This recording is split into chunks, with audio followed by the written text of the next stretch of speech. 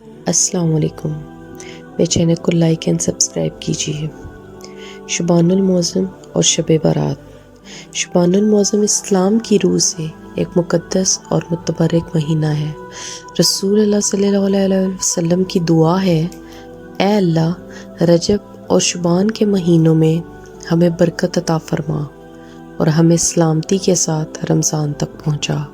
آپ صلی اللہ علیہ وآلہ وسلم نے فرمایا، رمضان اللہ کا مہینہ ہے اور شبان میرا مہینہ ہے۔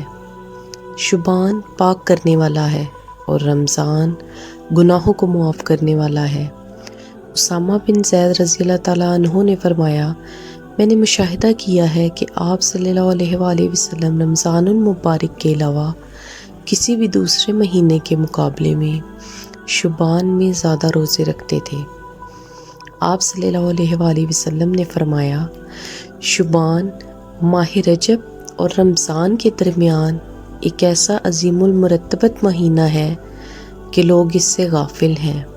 اس مہینے میں بندوں کے اعمال رب العالمین کے حضور پیش کیے جاتے ہیں۔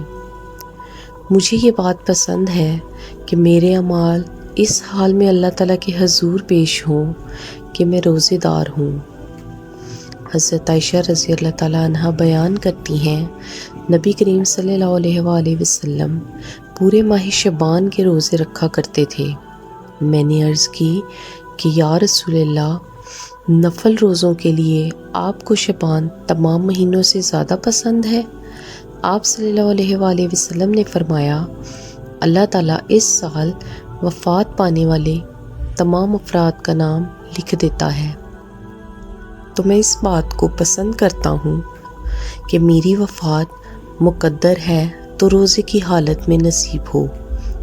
ماہ شبان کی برکات حاصل کرنے کے لیے اس ماہ میں رمضان المبارک کی تیاری کی جائے، عبادات اور روزے رکھنے کی عادت ڈالی جائے اور اپنے کاموں کو اس انداز میں نپٹایا جائے کہ رمضان المبارک میں زیادہ سے زیادہ وقت عبادت اور تعلق مع اللہ کے لیے فارغ ہو سکے۔